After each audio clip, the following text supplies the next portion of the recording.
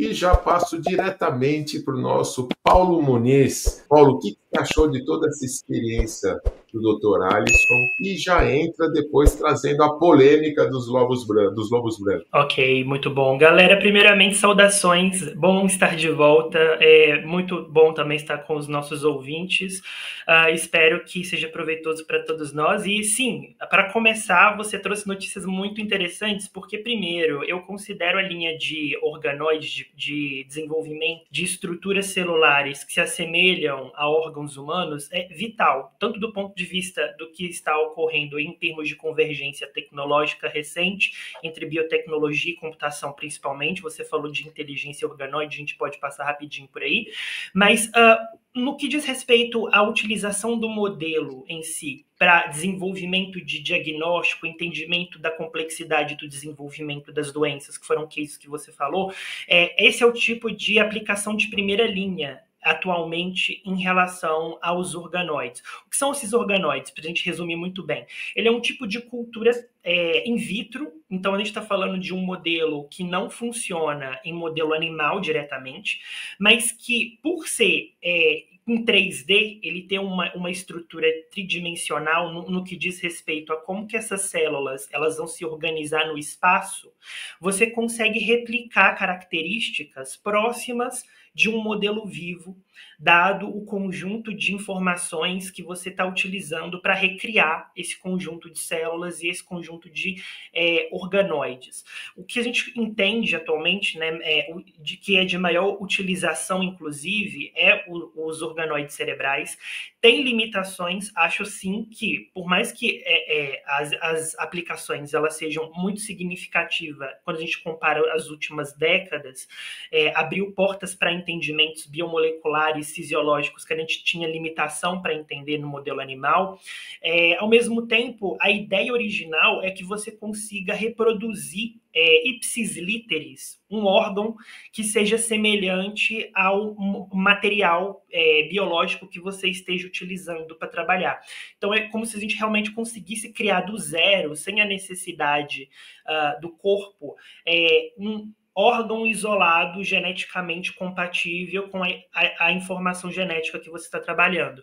A gente não tem essa capacidade ainda, mas existem provas de conceitos muito poderosas que vêm demonstrando isso como uma possibilidade. Mas eu não acho que o problema ele seja predominantemente técnico, em termos de limitação, tá? Eu acho que o problema ele é mais bioético. Existe uma bioética ferrenha quando a gente fala de conselhos espalhados em diversos centros de pesquisas de classe global, que termina restringindo, às vezes por evidências muito rasas, entre aspas. Então, isso aqui é mais um olhar meu do que um olhar de comunidade científica, em relação à proibição de determinadas linhas de pesquisas que estão dentro dessa área. Um exemplo relativamente recente e interessante que eles fizeram foi utilizar órgãos bovinos extraídos de cabeça, né, de bois mortos após 4 horas e conseguir retomar a atividade parcial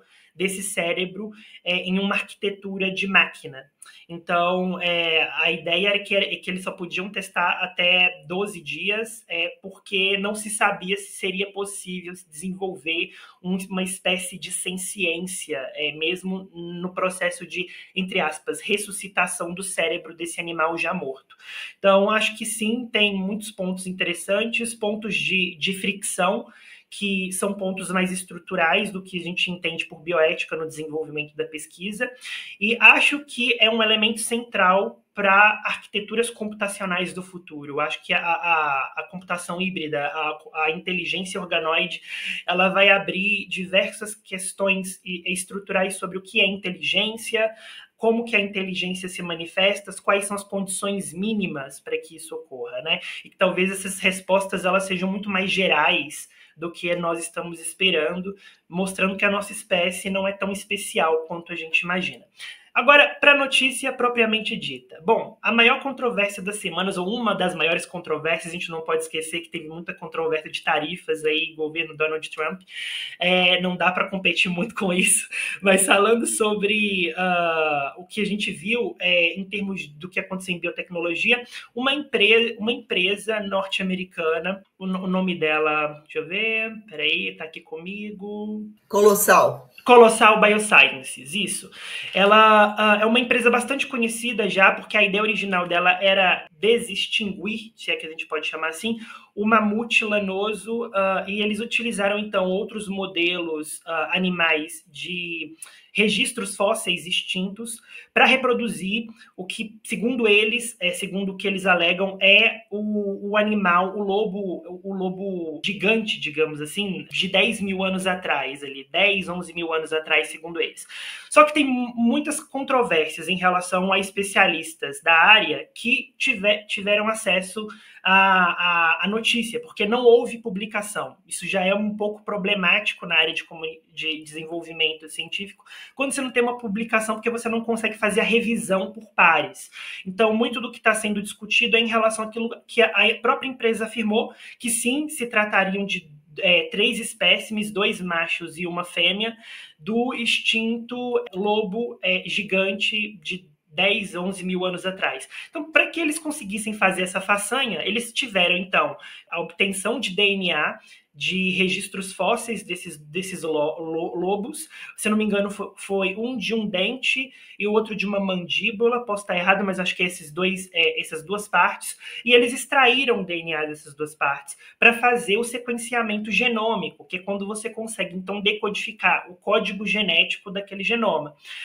E aí, a partir disso, eles fizeram uma análise filogenética, biocomputacional, para entender qual que é a espécie de lobo mais próxima, mais geneticamente semelhante à espécie que foi extinta. E deu o lobo cinzento, que é um lobo que a gente conhece muito e é muito bem distribuído na geografia lá da América do Norte.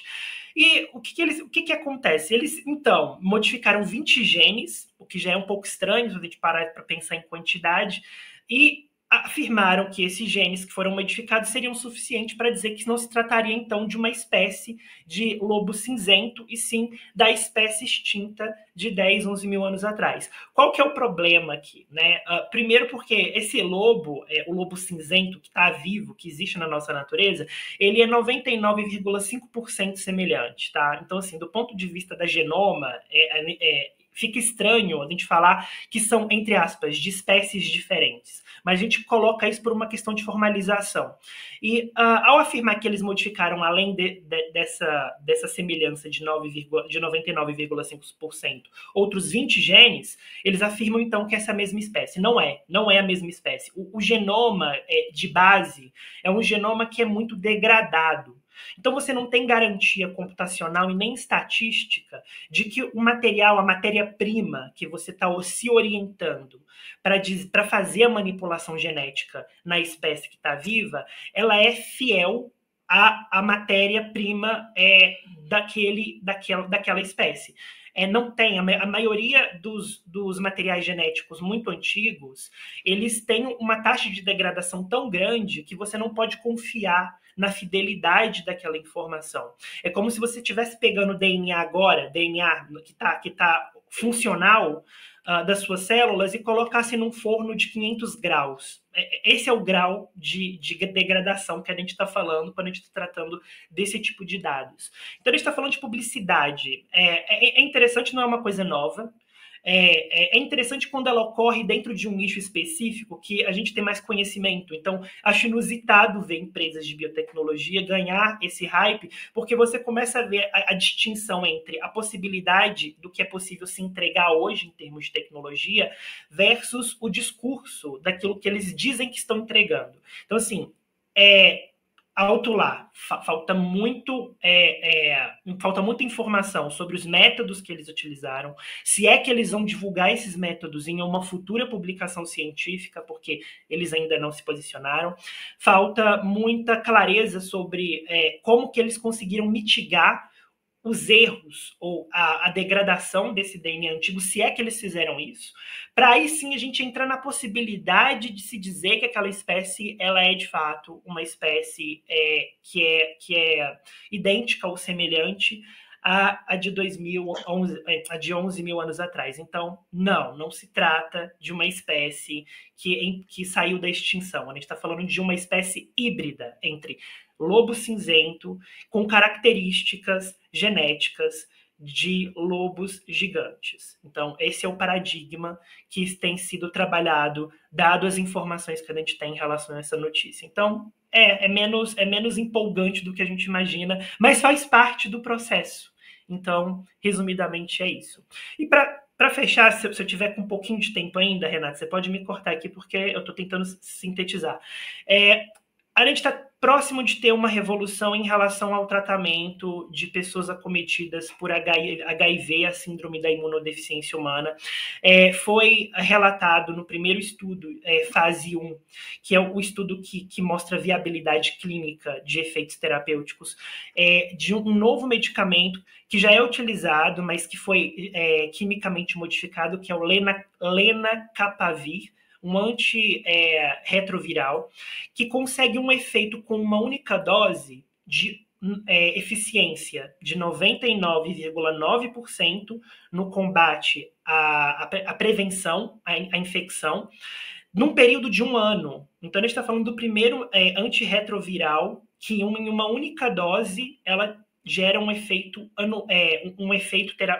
de barreira durante um período de 12 meses. Isso é inédito na farmacologia para o tratamento e prevenção, sobretudo prevenção do HIV, e tem impactos potencialmente muito profundos na adesão dos pacientes já infectados e daqueles que estão utilizando para prevenção. Porque a gente está falando de tratamentos que ainda são muito estigmatizados, são tratamentos diários, que envolvem disciplina. A gente está falando de uma população envelhecida, cada vez mais velha do ponto de vista demográfico, e que precisa ter facilidades de uso e de administração dos seus tratamentos. Então, a gente está falando de um medicamento que pode realmente revolucionar o paradigma de prevenção e tratamento dos acometidos pelo HIV. É isso.